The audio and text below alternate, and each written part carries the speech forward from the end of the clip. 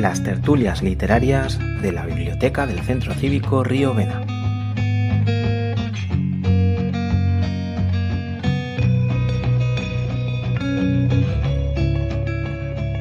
Bueno, buenas tardes a todos y a todas, ¿qué tal?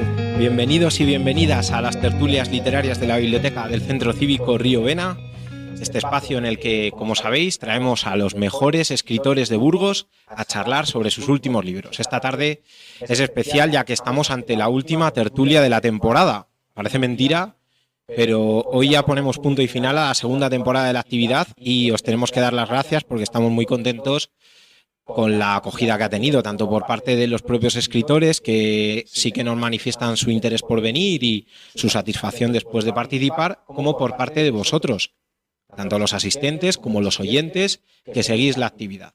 Todo eso da sentido a una comunidad como la que estamos conformando, estrechando esa relación entre los autores locales y sus lectores. Y nada nos complace más porque así el objetivo estará cumplido. Y a esta última tertulia hemos traído al autor más joven de los que han pasado por aquí y que ha presentado hace no mucho su primera novela, Voces desde el fondo, de la que hablaremos hoy. Su nombre es Mateo Martínez Martija. Bienvenido, Mateo, ¿qué tal? Muy buenas. He dicho que es la primera novela de Mateo, pero no es su primera publicación. A pesar de su juventud, ¿tienes 30 o 31? Tengo 30, justo. 30 años. Bueno, pues ya tiene otro libro publicado, Fragmentos de la Feria, se titula, ¿verdad? Sí, eso es. Un libro de relatos. Pero Mateo no es la típica persona con inquietudes literarias que simplemente se ha lanzado a escribir de aquella manera. Nada más lejos de la realidad. Mateo estudió Filología Hispánica aquí en la UBU y tiene un máster de creación literaria, otro en literatura comparada, y ha obtenido ya algunos reconocimientos en premios literarios como el José Hierro de relato. De tal modo que las bases las tiene y por tanto las expectativas, yo creo, que hay en torno a él y su primera novela pues son obviamente bastante altas. Dicho esto, la pregunta es obligada. ¿Cómo se lleva esto, Mateo? ¿Sientes algún tipo de presión personal o de tu entorno o al contrario, tener ya esos cimientos a nivel académico y formativo, esa experiencia y ya algún reconocimiento son bases que te dan confianza y seguridad en ti mismo y en la literatura que llevas dentro? Pues es una gran satisfacción haber podido publicar una novela, porque llevaba ya varios años, trabajando en otros proyectos y se han quedado en el cajón. De hecho, llevaba 2 años sin publicar ya, desde Fragmentos, 2 años y algo, y ha sido un alivio por un lado y una satisfacción por otro. Entonces ahora justo estoy con otro proyecto y ha servido como una motivación bastante grande, la verdad. Así que muy contento. Qué bien. Bueno, Voces desde el fondo es una novela social y de aprendizaje. Leemos en el libro esos primeros pasos de Juan en el mundo de los cuidados de personas dependientes y de la manera en que está descrito casi podemos sentir en nuestra propia piel la dureza de las situaciones a las que se enfrenta por la crudeza de tus textos, Mateo, que creo que es muy acertada porque es la propia voz del fondo del protagonista, acallada, con sus sentimientos aplacados de todas las formas posibles para poder enfrentarse a esa labor. Hay que estar hecho de una pasta especial, hay que ser un ser humano lo más humano posible para tratar como es debido a esas personas y poder sobrellevar ese trabajo. Y por eso creo que tu libro es en parte un homenaje a esos profesionales que se encargan de ayudar a llevar una vida digna y soportar, en algunos casos, situaciones tan inverosímiles como las que narras en el libro, o a personas del ámbito social como las que crean el proyecto teatral que describes en el libro y a las que acompañamos en ese viaje repleto de trabas. Sí, por un lado se puede interpretar como un homenaje, pero en primera instancia el proyecto surgió de que hace ya unos 5 años nos juntamos unos amigos y estábamos hablando un poco de lo que habíamos hecho cada uno durante el verano. Y uno de mis amigos está estudiando educación social, acaba de empezar 4º de carrera. Y claro, nos dijo, pues yo este verano he estado metiendo 14 horas todos los días. Y claro, nos empezó a contar y había estado pluriempleado, por las mañanas en un campamento y por las tardes en un centro de atención a la dependencia, como un poco opaco todo y tal. Y ya nos empezó a contar lo que hacía en ese centro. Entonces empezamos a alucinar. Porque claro, yo vi un poco la punta del iceberg de ese ámbito cuando mi abuela estaba en una residencia, me pareció muy duro y tal, pero claro, es digamos, el cuidado de usuarios con unas enfermedades muy concretas, y que necesitan también de una serie de cuidados especiales. Y claro, esta persona entró sin ningún tipo de experiencia, sin ningún tipo de formación y sin consignas de lo que tenía que hacer y le soltaron como, bueno, pues apáñate, ¿no? Y claro, a mí me fascinó la historia y dije, bueno, esto es muy interesante. Por un lado, yo lo quería enfocar a la precariedad laboral, un poco y el pluriempleo, de cómo llegas a dedicar todo el verano a trabajar tantas horas, y por otro, a intentar reflejar o al menos alguna de las imágenes que me había contado.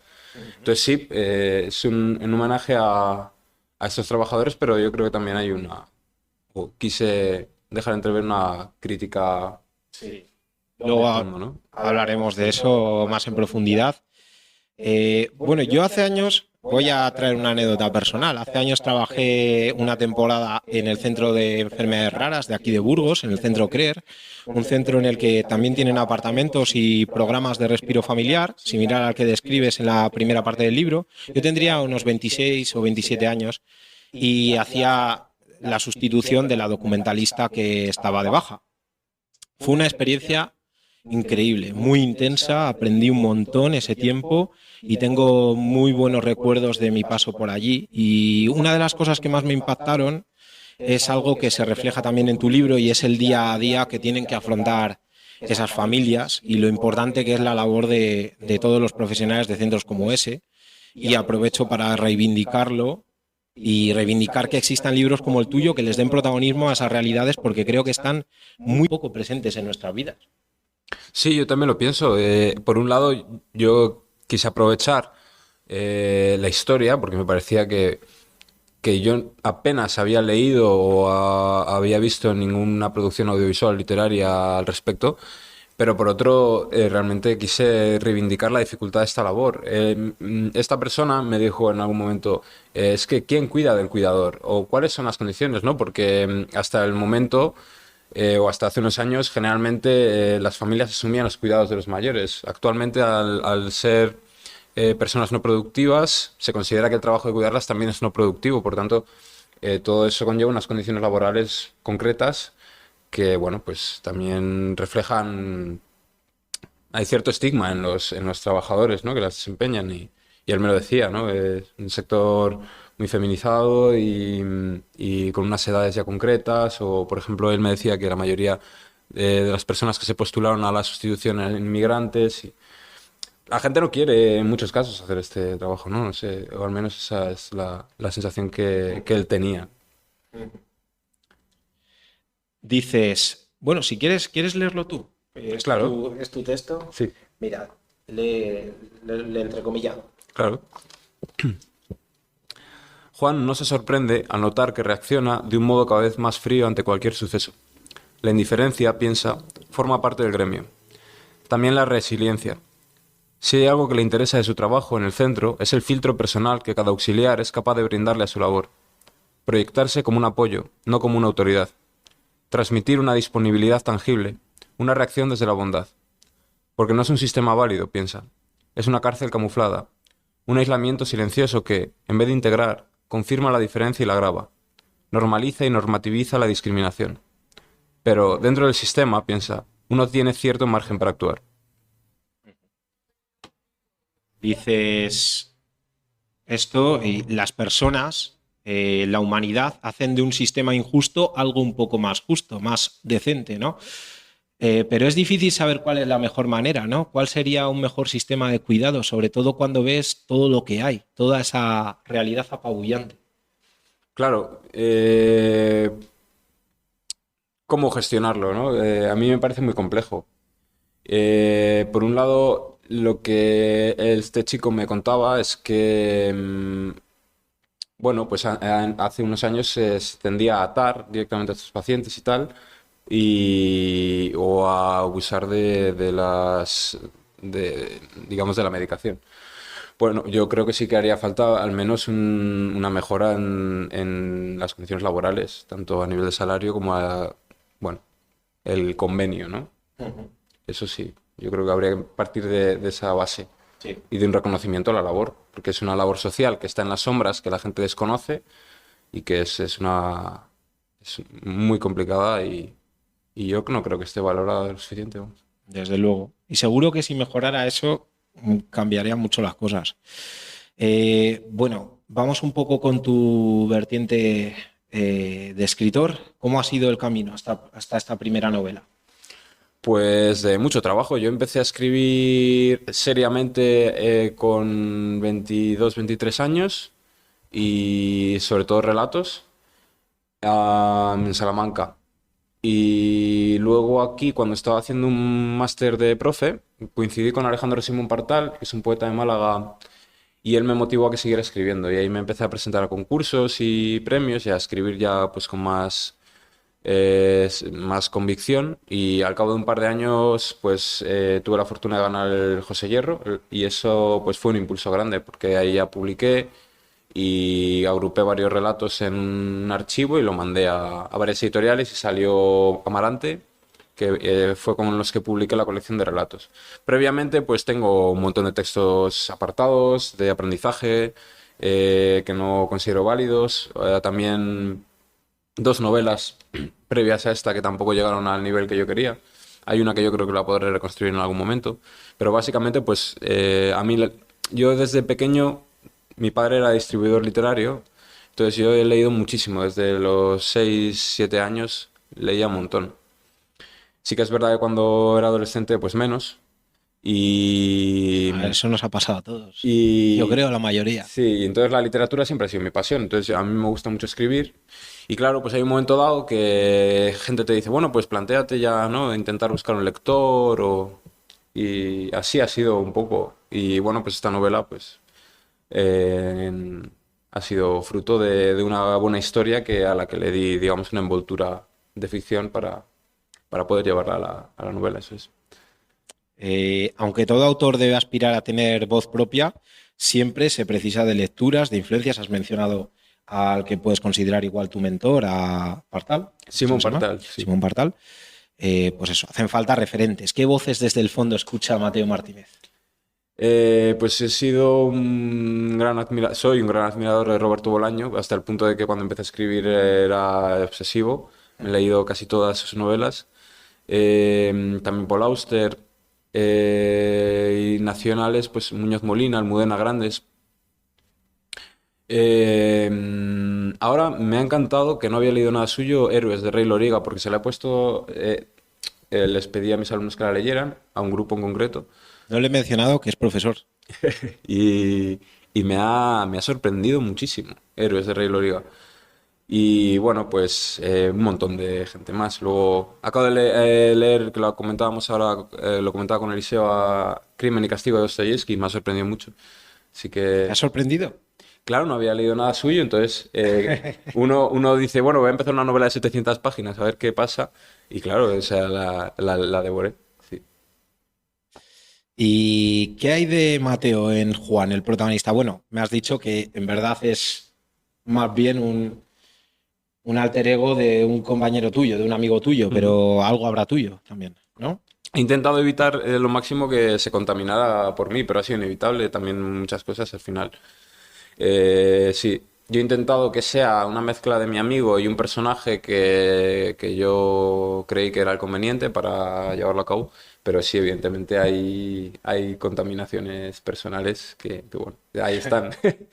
Pero no sé, creo que he conseguido limitarlas a lo máximo posible, yo creo que sí. Los diálogos no son muy abundantes en la novela y los que hay contienen oraciones cortas, conversaciones muy fluidas, muy naturales, muy realistas, porque están todos los que son, o sea, no son nada forzados. En la novela actual ya nos hemos acostumbrado, este es mi punto de vista, a que los diálogos sean el 80, el 90% del texto y a que a veces sean casi un intercambio de monólogos a veces. Es algo que yo creo que le resulta complicado a los escritores, a muchos autores. No sé qué opinas tú. Pues te agradezco que consideres que mis diálogos son realistas, la verdad, porque los pulí bastante y sí que creo que un alumno me dijo hace poco, podías haber metido más diálogos, que están muy bien. Claro, es que O sea, es como que le sí. gusta mucho a la gente. Y bueno, no sé hasta qué punto se abusa o no se abusa de ellos, la verdad es que no me lo había planteado. pero sí que he intentado pulirlos al máximo y sobre todo a mí lo que me interesa es retratar la oralidad. Sí, que sea lo más realista posible y que uno vea Yo creo que está reflejado. muy conseguido. Pues te lo agradezco. Sí, nunca he pensado si hay una carga grande o no de diálogos, sino que ¿Eso no te han comentado nada en la editorial? ¿No te pusieron ninguna pega en este aspecto? no. Mi editor, cuando me aceptaron el manuscrito, me dijo: tengo dos peticiones. La primera es cambiar el título porque era muy manido y era una palabra muy manida. Y la segunda, que había demasiadas frases cortas que si podía introducir pues más subordinadas en ciertas partes. Y eso me ha venido porque el primer libro, Fragmentos, estaba muy influido por Bolaño, entonces escribía oraciones kilométricas y claro, había que llegar a un punto medio, entonces ese ha sido el proceso. Pero no, de diálogos no me dijeron nada, la verdad. ¿Y puedo intentar averiguar el título que decías que estaba Sí, muy mal? era estigma. Estigma. Era Joder, me has estigma. dejado. Lo tenía. Sabía que era ese. Sí, sí, sí. Bueno, a veces al escribir narrativa en la que los personajes padecen algún tipo de enfermedad o trastorno, se tiende, yo creo, a caricaturizarlos, ¿no? A exagerar clichés, a caracterizarlos en exceso. Supongo que es difícil evitar caer en eso. Me viene a la mente la ficción de Javier Fesser en el cine. No sé si habéis visto las películas de Campeones, por ejemplo. A ver, no es con ánimo de... Hay más casos, ¿vale? No quiero señalar, pero a mi entender, aunque el fondo y el mensaje sean buenos y honrosos, no me parecen del todo acertados por el motivo que te comentaba, ¿no? Este tipo de relatos son, yo creo que cuestionables a veces. No sé qué piensas al respecto. Bueno, está claro que Campeones es una producción que intenta ser para todos los públicos. Entonces, el modo en que tú produces una película, intentas captar al mayor cantidad de espectadores posible, es hacerlo como muy amplio, ¿no? Y yo creo que el tratamiento de esos personajes pues es el adecuado para esa industria. Sí, a mí me daba miedo que me quedara algo parecido.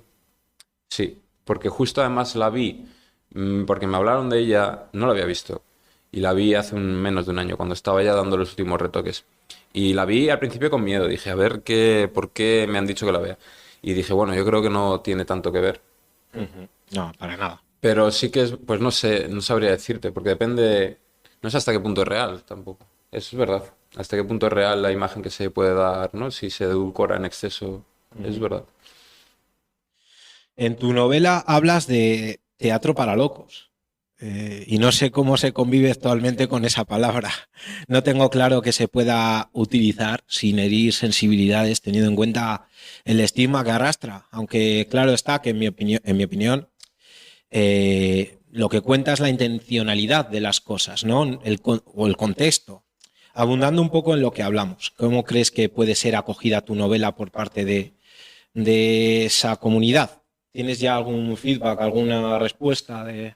Pues por un lado tengo buenas críticas de trabajadores sociales y eso me ha llenado mucho. Es decir, a ver, varias personas que han trabajado en este ámbito, que han pasado por experiencias semejantes a las que se narran, me han dicho, está muy, muy bien, parece que has estado ahí. Y eso para mí, claro, ha sido un Totalmente, orgullo. es verdad. Respecto a lo políticamente correcto, esa referencia que hacías, sí que es verdad que era directamente lo que decían mi amigo y tal. total. No es que lo Claro, digas tú, lo dice el personaje. yo al principio cuando lo incluí dije, bueno, sí, o sea, va a ser polémico. Y también, pues hay una parte que me ha preguntado bastante gente, el término enfermos mentales, si es políticamente correcto. Ya.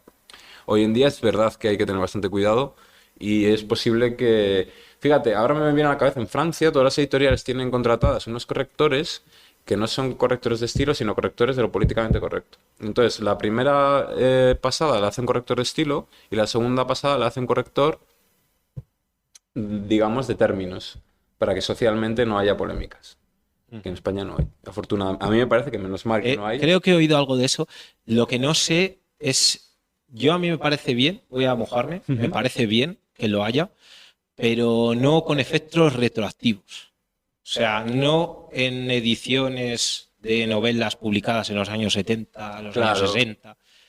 Claro, con esa mirada es muy fácil ponerte a tachar Estoy de mucho acuerdo, texto. estoy de acuerdo. Yo estaría a favor si fueran sugerencias, pero me parece que en Francia lo imponen. Es decir, te dicen cambia esta palabra. Ya. A ver, igual hay casos en los que sí que, bueno, cada cosa es subjetiva, ¿no? Pero justo he empezado a leer, no había leído nada de él. Me he empezado a leer Cabo Trafalgar de Pérez Reverte y me he acordado de esto porque ahí sí que hay bastantes cuestiones que podrían tener cabida en esto de lo políticamente correcto o no. Pero claro, me parece muy subjetivo. Claro. Sí, sí. Sí. Bueno, luego el público asistente puede preguntar lo que quiera y dar su opinión al respecto, por supuesto. Como decía, Voces desde el fondo es una novela social, tanto desde el punto de vista que hablábamos, como también respecto al plano laboral que has mencionado antes, que es muy importante. La precariedad, el sistema.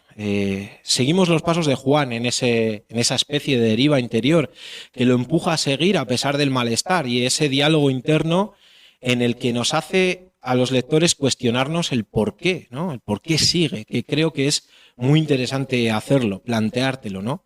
En tu anterior libro también era un tema que hacía acto de presencia, y es que la literatura, si no conduce a la verdad, no dice gran cosa, ¿verdad? Es una de tus mayores preocupaciones, yo creo, el tema laboral, con la mirada puesta en tu generación, en su presente y en su futuro, ¿no? Sí, yo he intentado siempre hacer un poco de realismo social y en este caso me interesó mucho el tema, intentar hacer un reflejo generacional del acceso al trabajo. Es decir, por lo general siempre... es que justo ha salido una noticia en el país de que la tasa de mayor desempleo en España se concenra a partir de los 55 y en los jóvenes.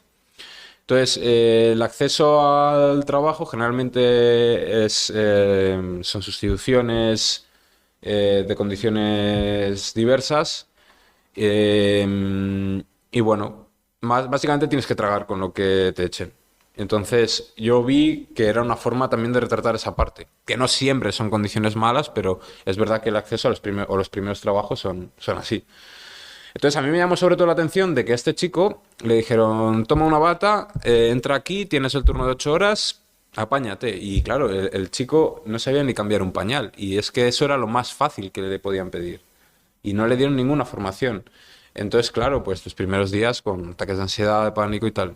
Yo quería reflejar también pues eso, cómo te afecta a nivel emocional, a nivel de tus relaciones sociales, también sentimentales, puede llegar a afectarte el trabajo, sobre todo en esa situación. Entonces, eso sí que he intentado que sea un retrato generacional en cierta manera y de cómo nos puede afectar el trabajo, sí. Pero claro, siendo siempre desde el punto de vista de esto, desde la precariedad, desde situaciones de precariedad, que no digo que todo trabajo tenga una connotación negativa, claro. Eso es. Y es que ahora, escuchándote y bueno, y leyendo el libro, todo el rato lo pensaba, digo, si es que yo aquí vengo al spa, comparado con esto. O sea, levantarte una mañana ponte a las 7 de la mañana pensando que a lo mejor te dan una hostia en el trabajo, un señor, un enfermo mental, una persona con una enfermedad mental, y que tienes que atajarla. Y a lo mejor luego otra, o a lo mejor luego te caes en el baño mientras le duchas, o... Son muchas cosas. Claro, Yo es que, sí. lo pensaba eso, digo, aquí vengo al paraíso. Sí, yo también lo pienso. Con unas condiciones, o sea, las condiciones pueden ser unas u otras, pero el tipo de trabajo es muy duro, muy duro. Y lo retratas bien. Yo ahí veía la necesidad, su necesidad, porque todos decíamos, pero ¿cómo no lo dejaste? Y no, el chico aguantó porque necesitaba el dinero realmente. Claro, eso es. Eso también, El también empuje quería que... reflejarlo, eso, que realmente al final hay mucha gente que aguanta y aguanta y aguanta. ¿Y por algún lado va a salirte eso, ¿no? De tu vida? Es decir, tú por mucho que aguantes, Eso es. tu cabeza cuando no estés trabajando va a estar en lo que no quieres hacer, que te va a pasar al día siguiente, ¿no? Además, lo veréis en la novela, que es constante, o sea, es como que no hay otra cosa en su mente, es normal. En este aspecto, en cuanto al mundo laboral y al sistema, haces una reflexión muy interesante al inicio de la segunda parte del libro y que escucharéis íntegra en el podcast. Dices, Vendo mi tiempo, mi vida. Yo hace poco leí una entrevista a la filósofa Helen Hester en la que decía que el trabajo contemporáneo representa una prisión de la que había que emanciparse para poder disfrutar de la verdadera libertad, porque en el sistema actual el tiempo libre lo utilizamos para recuperarnos, que es lo que comentábamos ahora. Esta filósofa dice, si no vendes 40 horas de tu tiempo cada semana, te expones a no tener hogar, a la indigencia, al hambre. Se te fuerza a vivir tu valiosa y única vida en ese marco en el que la mayor parte de esta es vendida a los intereses de otra persona. A mí me ha dado que pensar tanto tu reflexión como la de Hester y he pensado que al menos es importante poner negro sobre blanco el tema, hablar de algo tan grave y que se da con toda la naturalidad del mundo como tener que ganarse la vida, que es una expresión muy bárbara y muy naturalizada además. Sí, ese es otro de los temas que pretendía que fueran fuertes en el libro, ¿no? El reflejo de la realidad. Antes se ha hablado de productividad, pero realmente es que es el engranaje principal, ¿no? Social. Y es sorprendente cómo de asumido está. Y cómo de asumido está, o cómo no percibimos hasta qué punto el trabajo transforma toda nuestra percepción de la realidad. Es decir, si uno está 2 días en la montaña sin móvil, sin nada, sin mirar el reloj, cambia todo realmente. O sea, si yo que hago, intento hacer el experimento de vez en cuando, que unas amigas tienen una casa en la montaña palentina, en una pedanía que el hospital más cercano está a 40 minutos, es decir, está realmente perdido. Hay osos cerca y tal, hay avistamientos diarios. Ahí haces la reflexión y dices, madre mía, la vida en la ciudad, ¿no? Y tal. Y cómo estamos sujetos al reloj, también, eso es increíble. Y sí, pues es el modo de vida actual que yo creo que conviene tomar a veces un poco de perspectiva respecto al mismo, ¿no? Uh-huh.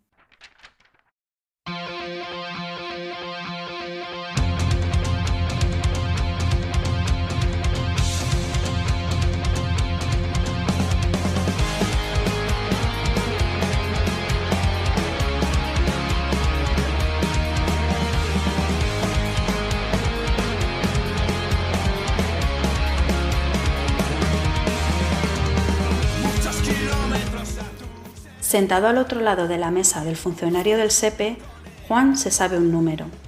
La recurrencia de la escena, su cotidianidad, no le resta gelidez burocrática. Pedir el paro como una rutina que se calcula anticipadamente. En realidad, piensa, el paro me hace libre, aunque sea una libertad enjuiciada, maldita. El trabajo reprime mi esencia. Me realizo en función de mis circunstancias, la limitación de mis pasiones, la reducción de mis estímulos. Crezco destinado a producir, a prestar un servicio, porque lo importante es cotizar. Un despido puede verse visto como una tragedia o como una oportunidad de volver a nuestros orígenes, de contemplar la naturaleza. ¿Cuáles son mis necesidades básicas?, se pregunta. Asumo imposiciones, reafirmo el conformismo que me rodea, porque eso es lo normal. No me planteo el modo en el que el trabajo me perjudica. Perpetúo el modelo de la subordinación y la enfermedad. Permito que el reloj continúe estableciendo jerarquías y ciclos de vida. Consiento la discriminación. Vendo mi tiempo, mi vida. Pero mi naturaleza es totalmente distinta. Aprendo jugando. El juego es la guía hasta que es suprimida, reconducida. Productividad y burocracia. Adáptate o desaparece. La bola de nieve rueda por una ladera infinitamente nevada. Los griegos despreciaban el trabajo. Sin energía no hay pensamiento ni diversión. Somos lo que hacemos. ¿Qué hacemos?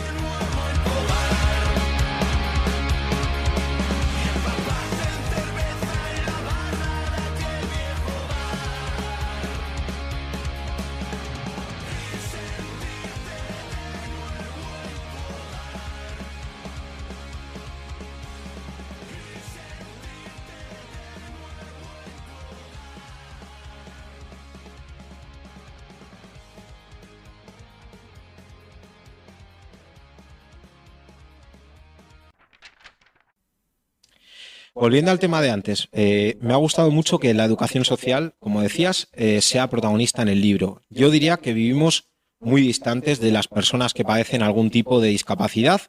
Y sin embargo hay algunas cosas en las que todas las personas somos iguales, y eso es algo sobre lo que reflexiona el protagonista del libro, porque se da cuenta cuando empieza a tratar con ellas. Son cosas que nos humanizan a todos, y ser consciente de eso es algo maravilloso, ¿no? Sí, yo creo que hay que acercar más este tipo de ocupaciones, ¿no? Que no nos debería sorprender tanto. Es decir, es tabú probablemente, ¿no? Oye, si tú que has estado, además, has vivido de cerca de este ámbito, ¿no lo piensas que puede ser tabú hasta cierto punto? Totalmente. O sea, es que vivimos en burbujas que vivimos al mismo tiempo, pero son burbujas que no se tocan. Eso es. Por eso lo comento. A mí me llama la atención, es decir, todo esto está sucediendo y la gente no es que no solo le da la espalda, sino que es que no es consciente de nada de lo que ocurre en estos centros. Para mí, ya te digo, tenía 26 o 27 años y fue un baño de realidad que todavía a día de hoy creo que sigo afectado, entre comillas, digamos, que sigo influido por aquellas vivencias, ¿no? Y fueron 10 meses igual. Sí, a mí lo que me contaban, además, que claro, la gente entra, como este chico, sin saber a lo que se expone, entonces hay despidos masivos, renuncias constantes, mogollón de puestos que quedan sin cubrir, mil historias alrededor de este trabajo, claro. Y lo que comentabas, pues si te toca cuidar durante 2 semanas de un interno, que lo que hace es lanzar un interno enorme, que lo que hace es lanzar puñetazos a cualquiera que se acerque, pero tú le tienes que duchar, le tienes que vestir, le tienes que dar de cenar, pues ahí está. ¿Cómo lidiar con eso? Vamos a la parte literaria. Ujú. Utilizas el narrador omnisciente que siempre está en la mente de Juan, pero que en momentos clave, como la escena del accidente en la piscina, se cuela en la de otros protagonistas que está, en primera persona, leyendo el flujo de su conciencia, casi leyendo su sinapsis. Me parecen fragmentos súper conseguidos. Narraremos uno de ellos en el podcast del programa. ¿Cómo ha sido adentrarte en ese territorio desconocido, ignoto, que es la mente de tus personajes? Pues ha sido un gran aprendizaje literario. La verdad que la primera versión estaba escrita en primera persona y me di cuenta de que si alejaba el foco podría tener más profundidad para que hubiera más connotaciones y demás. Y eso, la primera parte sí que... Es verdad que hay 2 partes en las que utilizo el monólogo interior, bueno, la corriente de conciencia, que eso lo hacía muy bien Faulkner, y de hecho me he inspirado en él, en El ruido y la furia, y bueno, pues te agradezco que te parece que están conseguidas. La verdad que el objetivo era intentar retratar eso, el flujo de conciencia, de pensamiento. Si no lo habéis leído, escuchadlo en el podcast, que es impactante. Aquí metido en la trena, yo te recuerdo llorando y me moriré de pena. Al comprobar las correas de las muñecas de Bob, Juan se sorprende de la desenvoltura que ha desarrollado con la sonda. En menos de un minuto, traslada el puré a la jeringa, lo inyecta en la entrada de la bolsa y asegura el tapón sin que a Bob le dé tiempo a revolverse. Pedro y Alex se dejan caer sobre las toallas para acto seguido devorar los bocadillos. Ian apremia a Juan para entrar en el agua, que a su vez pide ayuda al socorrista. Una vez junto al borde, entre los dos, lo levantan de la silla. Juan observa el esfuerzo de Bernaloa al intentar mantenerse en pie, la inestabilidad de esas piernas tan delgadas que parecen a punto de quebrarse. Con los brazos rodeando sus hombros y los del socorrista, da algunos pasos hasta llegar a la escalera metálica, donde se da la vuelta. Entonces Juan se mete en la piscina y conduce los pies de Bernaloa por los peldaños. Lo siguiente es dejarlo caer, suave y lentamente, sobre la superficie. Ian sonríe y comienza a moverse de espaldas. El primer contacto lo revitaliza, la circulación se estimula, los músculos espabilan. Flota y el reflejo del sol sobre la superficie lo ciega parcialmente. Sumerge la cabeza, recorre unos cuantos metros. A su alrededor los bañistas chapotean, se lanzan abrazando la superficie. Sus movimientos, en cambio, se transforman en suaves impulsos. Un movimiento hipnótico, piensa Juan, como si en ese manoteo se concentrara la voluntad de insistir y resistir. Sin dejar de vigilar a Pedro y Alex, que nuevamente juegan con la pelota de tenis, observa cómo Bernaloa bucea brevemente. Deja que su cuerpo se sumerja por unos segundos para reaparecer con un gesto de plenitud. Beltrán fuma al otro lado de la valla. En 10 minutos te sales, le dice a Juan. Este asiente y le devuelve la pelota a Alex. Después enlaza varias brazadas hasta notar tensión en las fibras de los pectorales y los brazos. Ian gira sobre sí mismo. El agua también nos iguala, piensa Juan, nos libera, nos hace sentir vivos, nos devuelve al presente y también nos recuerda el origen. Al sumergirse, observa idénticos aspavientos en ancianos y niños junto al juego de destellos del sol sobre los azulejos. Pedro y Alex discuten por la pelota. Beltrán, visiblemente agobiado, les grita sin quitarle el ojo a Bob, protegido por una nueva capa de crema solar. Al igual que Mireia, que se entretiene con un móvil. Dibujos animados en YouTube. Bernaloa cierra los ojos. Sus movimientos cesan. Disfruta de la ingravidez. El cielo azul más allá de los párpados. Las ondas inmóviles del sol. Un murmullo lejano mezclado con el sonido de los conductos que se ocultan tras los azulejos. Libre, solo por fin. La escena resplandece, se difumina por momentos. Se vuelve borrosa. Parpadear alivia el escozor de los ojos. Juan nada. Pedro y Alex pelean. Un roce en el brazo. Algo áspero. La pelota de tenis. ¿Por qué pelean? Yo estoy bien aquí, flotando. Ojalá morir así. Las palomas se mueven. Están ansiosas. Quieren las migas. Debo moverme. 1, 2, 3, 4. Bien. Esos niños se acercan, pero les doy miedo. El ruido se apaga si la cabeza está debajo del agua. Juan grita. ¿Por qué grita? ¿Por qué tanto movimiento? Alguien se ha zambullido. Qué bien dejarme llevar. Qué bonito el cielo. Aunque esas nubes acaban de formarse. Las palomas. Yo estoy bien aquí. ¿Qué coño pasa? ¿Por qué gritan? El sol se recorta sobre un racimo de uvas blancas. Por fin. Quiero un vino. Estaría bien beber vino en la piscina. ¿Qué hace el socorrista? ¿Qué ha pasado? No importa. Yo estoy bien aquí. Beltrán ayuda a Juan y al socorrista a sacar a Alex del agua. Está inconsciente y sangra abundantemente de la nariz. Lo tumban boca arriba. El socorrista comienza a practicarle un masaje cardíaco. Pedro, completamente lívido, le ha dado un puñetazo knockout, directo al fondo, donde ha pasado unos 15 segundos hasta que lo han alzado. Ahora la gente rodea la escena en silencio. Juan está arrodillado junto a Alex.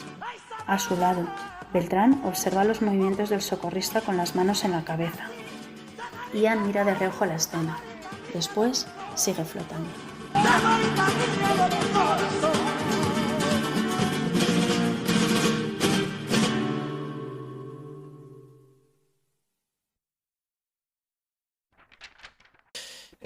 Al leer tu novela me ha pasado algo que solo sucede con las buenas historias. Y es que cada página pesa. Pesa lo suyo. Lees 50 páginas de voces desde el fondo y piensas que no hay ni una desaprovechada. Hay tantísimo árbol sacrificado para nada, tantísimo papel desperdiciado en otras novelas. O sea, de verdad. Pues te lo agradezco un montón. La verdad que ha habido varias pasadas, varias pulidas y sí que creo que es una obra, aún así, hay erratas que considero imperdonables, pero bueno, es imposible ya, después de 4 pasadas y 4, además con mucha gente que lo ha leído también, que me ayudaban a buscar. Creo que he visto algo. Sí, y es imposible que no se cuelen, es alucinante. Ya. Incluso con la editorial también 2 personas lo leyeron y tal, pero bueno. Pero sí, el objetivo era presentar el producto más pulido posible. Y, sí. A mí me obsesiona mucho el lenguaje en cuanto al estilo, sí. O sea, Eres así de... intento que esté equilibrado, es decir, luego la segunda parte es la parte más experimental a nivel narrativo, porque mezclo varios puntos de vista, varias técnicas, como el monólogo interior también y tal, 2 géneros. Sí, intento es decir, me gusta que haya una historia decente, pero que también haya pues connotación, juego con la estructura narrativa, con las técnicas, sí. Me parece que es... La segunda le parte doy es el la mismo parte del teatro y efectivamente tiene el género teatral. Le doy el mismo peso a las dos partes, sí. Hablaba del peso del libro y también del peso en la conciencia, como hablábamos antes. Hace poco escuché a una escritora, a María Fernanda Ampuero, decir que es importante que la escritura te duela. ¿Te ha dolido escribir Voces desde el fondo?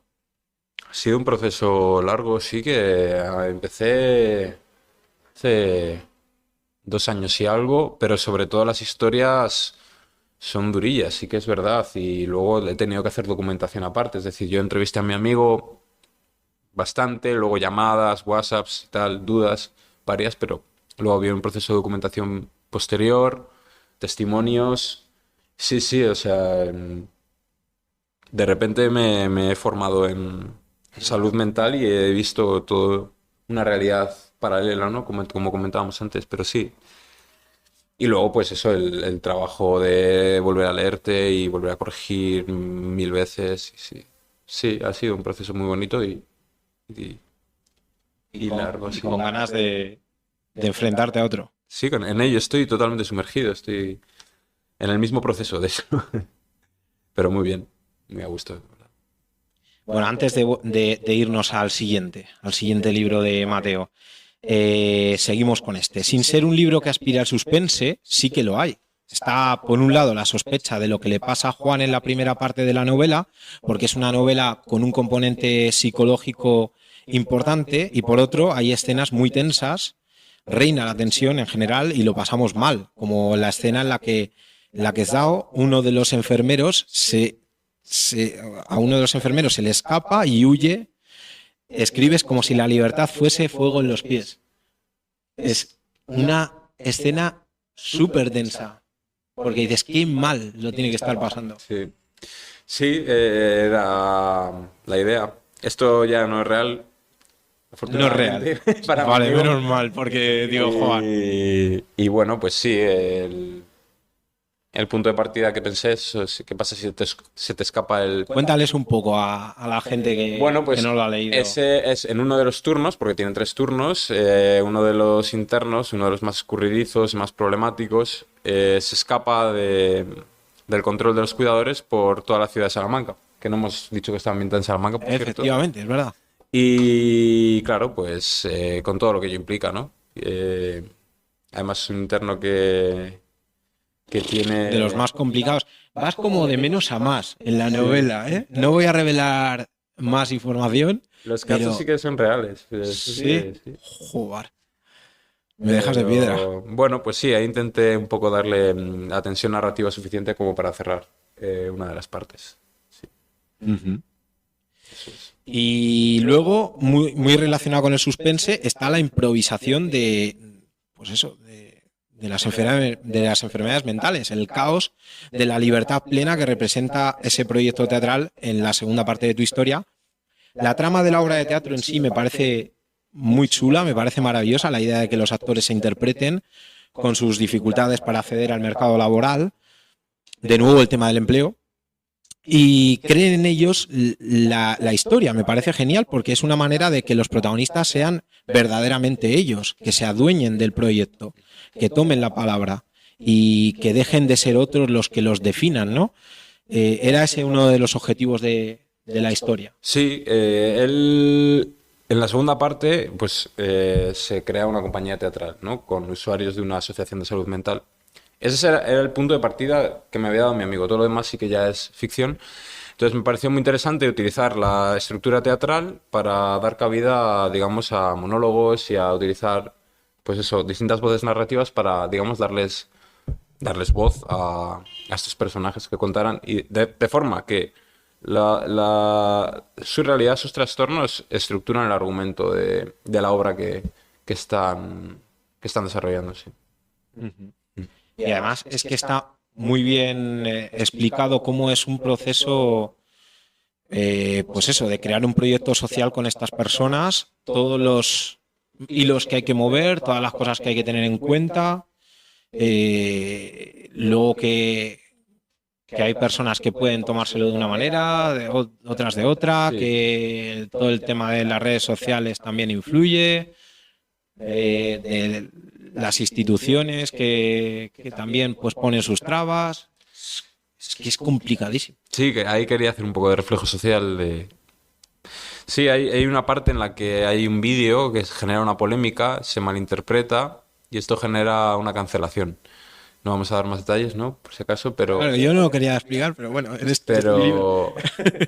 Pero hay referencias a la cultura de la cancelación también, sí, y a...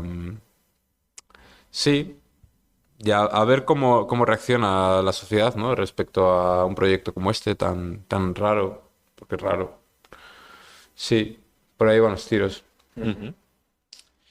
Eres muy joven, como hemos dicho en la presentación, eres el escritor más joven de momento de los que han pasado por aquí y yo te deseo y me aventuro a augurarte, no sé si seré muy atrevido en esto, un gran futuro en la literatura, pero bueno, es que es de corazón, de verdad.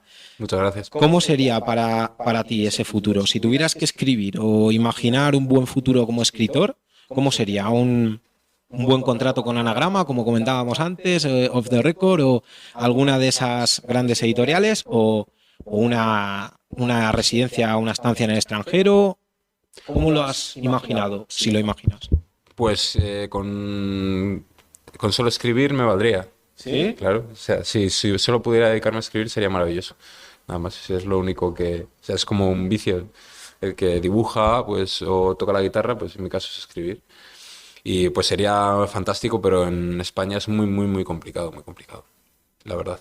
Hay que vender mucho, o estar muy bien, tener mucha suerte, o que te toque un premio muy grande, o... Sí, yo con escribir y únicamente dedicarme a escribir me gustaría, pero actualmente estoy muy contento con mis alumnos también. Así que por ahora lo puedo compaginar bien. Cuéntanos un poco esa... Sí, tu faceta de profe. pues soy profesor de secundaria, actualmente en el Cardenal Lope de Mendoza, provisionalmente, y nada, doy lengua castellana y literatura, y estoy contento, la verdad, de estos ¿Se ven brotes verdes? Sí, totalmente. Tengo unos alumnos excepcionales, sí. No sé, yo no les veo tan distintos a cuando yo estaba en el instituto, pese a que han pasado ya más de 15 años y tal, porque la gente me preguntaba, ¿cómo serán las generaciones actuales? Digo, pues iguales. Viven pegadas al móvil, ¿no? Pero iguales. Y yo estoy contento, la verdad. Pero sí que es verdad que, pues... Qué bien que digas eso, porque también tienen mucho estigma los chavales hoy día. A mí, evidentemente, me gusta escribir por las mañanas, eso es lo único. Pero... Que eso te lo... Pero bueno, estoy contento. Me considero muy afortunado, la verdad. Muy bien. Pues nada, ya voy terminando. Antes de dar paso al público asistente que ya puede ir preparando sus preguntas para Mateo, le voy a trasladar la que ha dejado para él el anterior invitado, sin saber que eras tú. ¿Parece bien? Muy bien. Pues mira, el invitado de abril fue Eliseo González. Y la pregunta que te dejó, sin saber que eras tú, curiosa pregunta, él la describió como absurda, fue la siguiente. Bueno, pues mira, la primera pregunta que se me venga a Vale. a la imaginación, ¿no?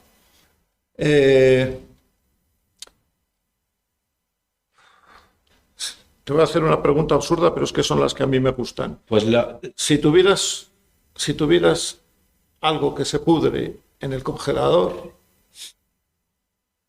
¿escribirías un poema sobre ello? joder, es buenísima. Bueno, no sé si es buena. Es la que se me ocurre. ¿Ves cómo está dando mucho juego esto? Yo sí que escribiría sobre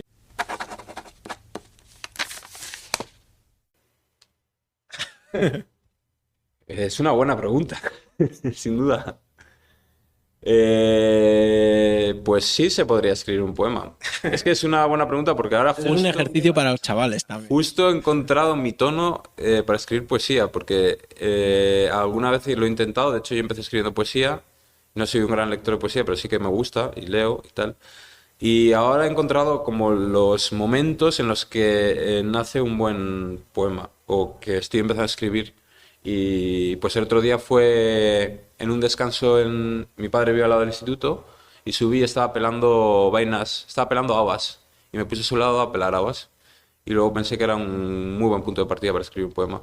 Que hacía muy bueno, era una galería en la que daba el sol y me pareció bonito ese punto de partida. Un poco más agradable que la imagen Sí, eso es lo que nos está. vendía Eliseo, pero bueno.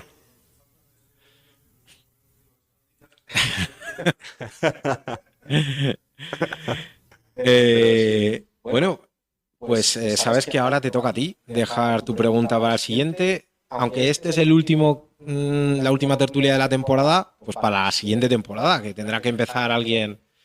Claro. Puedes pensar la pregunta si quieres puedo y pensar. decírmela luego o te pillo y te atraco. Prefiero pensarla un poco. Vale. Bueno, pues entonces ahora sí que sí, ya doy paso a las preguntas del público y quien quiera se puede acercar y decirle lo que quiera a Mateo. Puede ser una pregunta o puede ser simplemente unas palabras.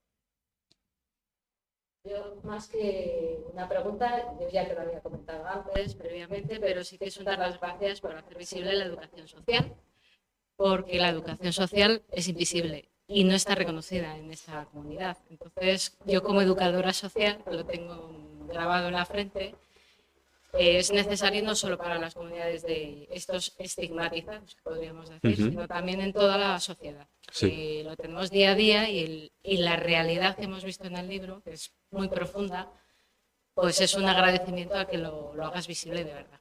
Pues, muchas gracias. Gracias a ti, Hacen. Yo te quería preguntar, Mateo, si te ha supuesto el hecho de prescindir del título estigma, si te ha supuesto algún estigma.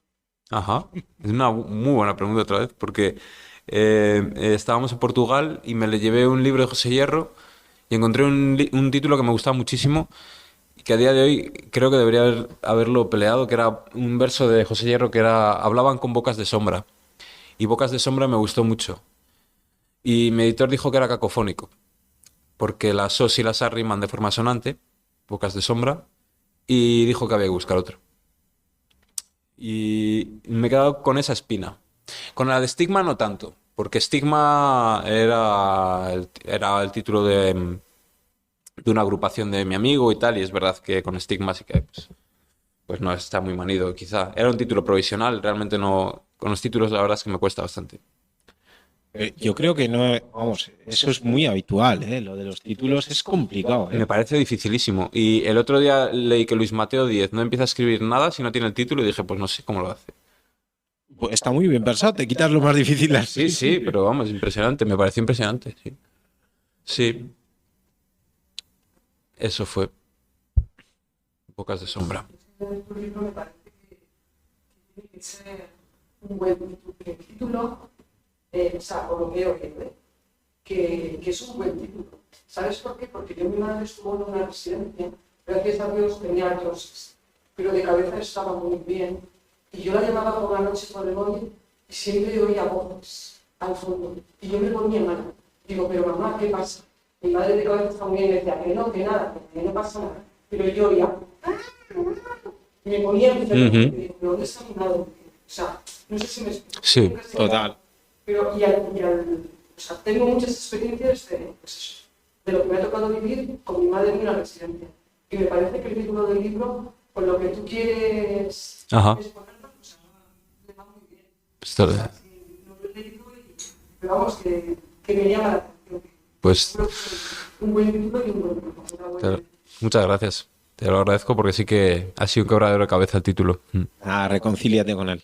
Sí, estuvimos ahí más de 10 días hilando palabras, la verdad que me pareció muy complejo. Porque además es el título de tu primera novela y va a serlo siempre. Sí, eso es. Y Sí, no, siempre total. lo tendrás ahí.